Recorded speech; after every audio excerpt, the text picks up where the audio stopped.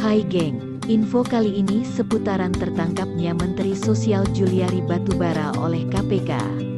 Komisi Pemberantasan Korupsi (KPK) menetapkan Menteri Sosial Juliari Batubara sebagai tersangka dugaan tindak pidana korupsi di Kementerian Sosial terkait dengan bantuan sosial untuk wilayah Jabodetabek 2020 pada Minggu tanggal 6 Desember tahun 2020 dini hari.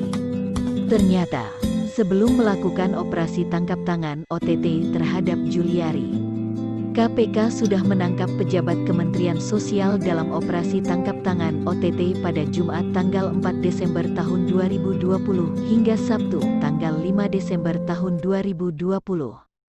Penangkapan pejabat Kemensos itu diduga terkait dengan korupsi program bantuan sosial atau Bansos di Kementerian Sosial RI dalam penanganan pandemi COVID-19.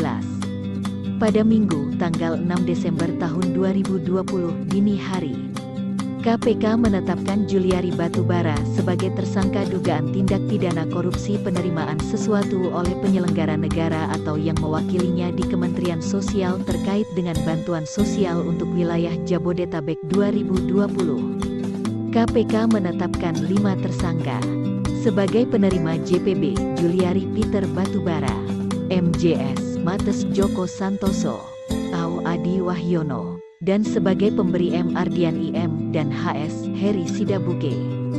Demikian info singkat kali ini, sampai jumpa di episode berikutnya.